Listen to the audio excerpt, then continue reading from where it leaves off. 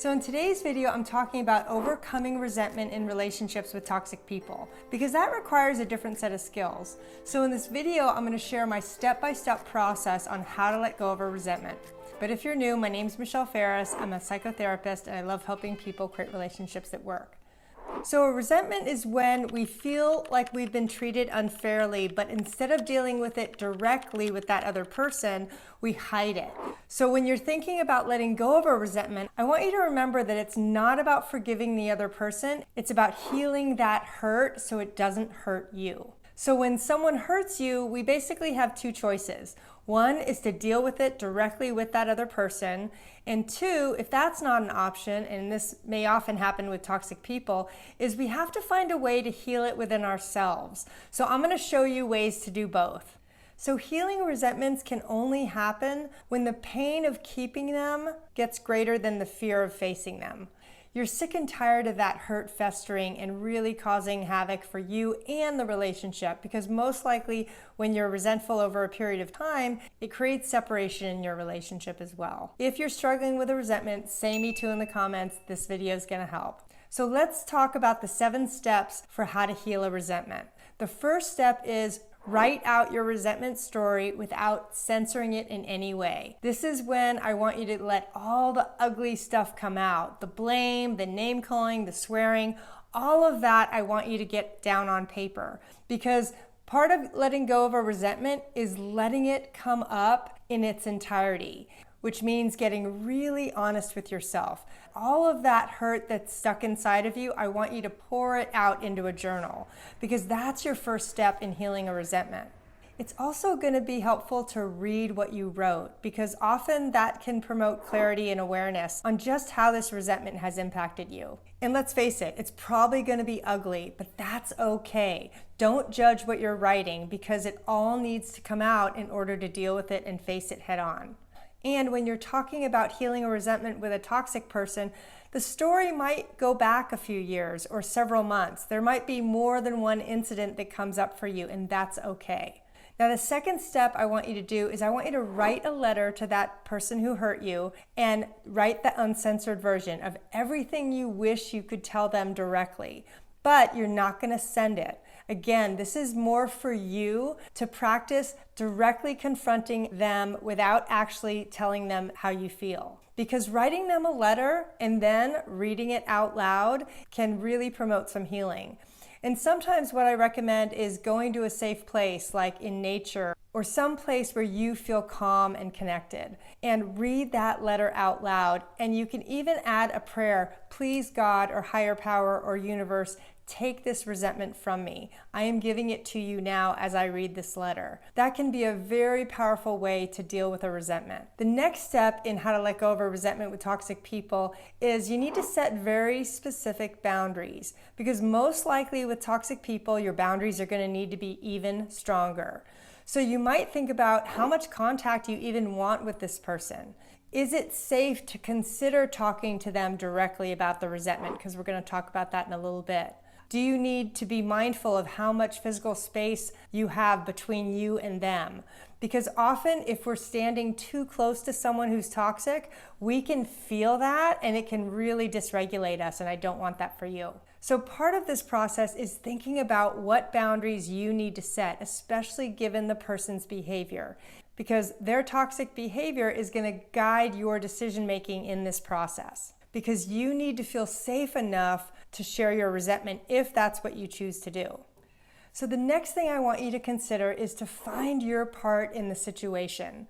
And I know you're probably saying, well, Michelle, their behavior was so toxic, I didn't have a part. But I want you to consider what you may have done in reaction to that behavior that they did to you, or anything during or before that behavior. So for instance, if someone was really mean to me, but maybe I was snarky to them the last time we met, or in reaction to what they did to me, I gossiped to other people and ended up creating more havoc. Especially when it's a toxic person, we get really justified that they did something wrong to us. And I totally get that. And that's why this is a little bit different with toxic people, because looking at our part is going to require more willingness to be humble and to really say, you know what, almost always in any resentment or difficult situation, we play a part.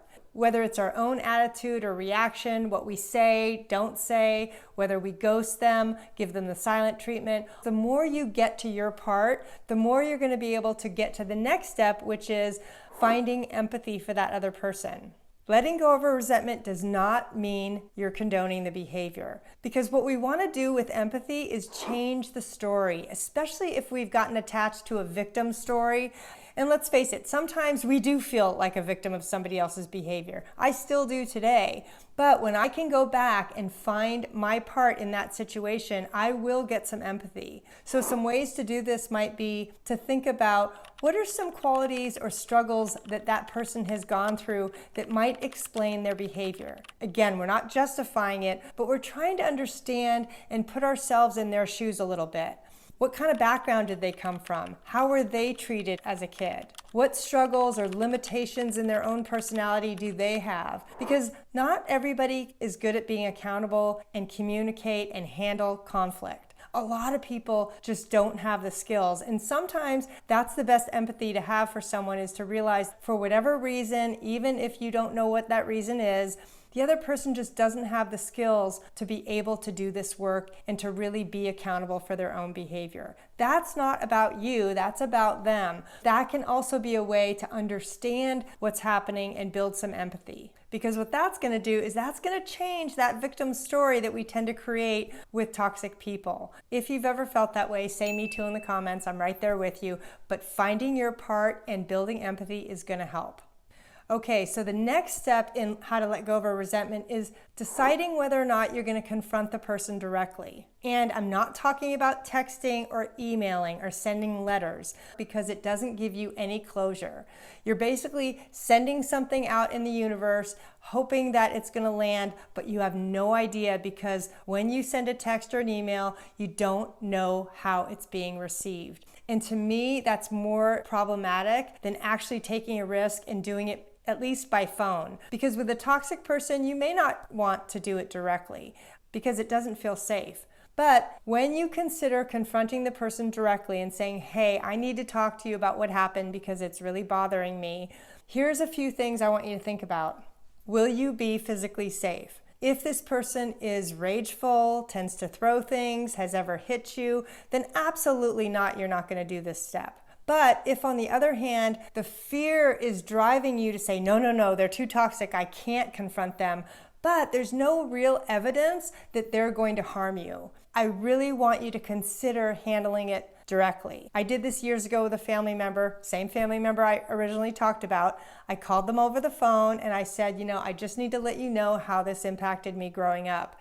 And they didn't have a great response, but they weren't really toxic. They were just offended. And because I could do it by phone, I was able to handle that. But what happened in confronting that situation directly is that it changed my relationship with that person, because all of a sudden it was spoken about. And I created an even playing field by doing that. Because I understood my part that I played, which was I was basically icing the person out, I could for the most part let it go, because I knew that by speaking up, something changed. There's some kind of power when we voice things directly to a person that's hurt us. But here's the thing. We're not doing that to get a certain response out of the other person. That's the wrong reason to confront someone. What I want you to do is I want you to confront someone to get it off your back. Because as long as you do it without blaming or shaming them, you're good. And sticking with iMessages and being very specific about what behaviors were hurtful and avoiding any type of generalizations, you're going to be good to go. The last step in how to overcome resentment in relationships with toxic people is I want you to find the lesson. Because every time I have a resentment or an old hurt that I actually am willing to confront, I get a lesson by that. And one of the lessons recently was I had a huge resentment with a caregiver that I was working with. And what I realized is I wasn't talking to her. I was only communicating by text. And that was contributing to my resentment story. So what I decided to do is I started phoning her instead. And just the act of communicating directly with her created some empathy, because what I realized was this was a really important person, and while they weren't perfect, I had to be super grateful because they were taking care of someone that was precious to me. So to find the gift and the lesson in a resentment is really helpful, because that provides the motivation to do this work and to actually look at our part in our resentments, because that's how we start to heal. So a couple of things to remember with toxic people. 1, you're going to have to set stronger boundaries with them. 2, you don't necessarily have to confront them directly, but I do want you to consider it, especially if you can make yourself safe. And number 3, don't assume that you don't have a part in that situation. I want you to at least be willing to look at what you could have contributed before, during, and after, or in reaction to, because that is where the gold is. So often with resentments, we may be dealing with emotional triggers. So go watch my video on emotional triggers, because that is your next step. Thanks so much.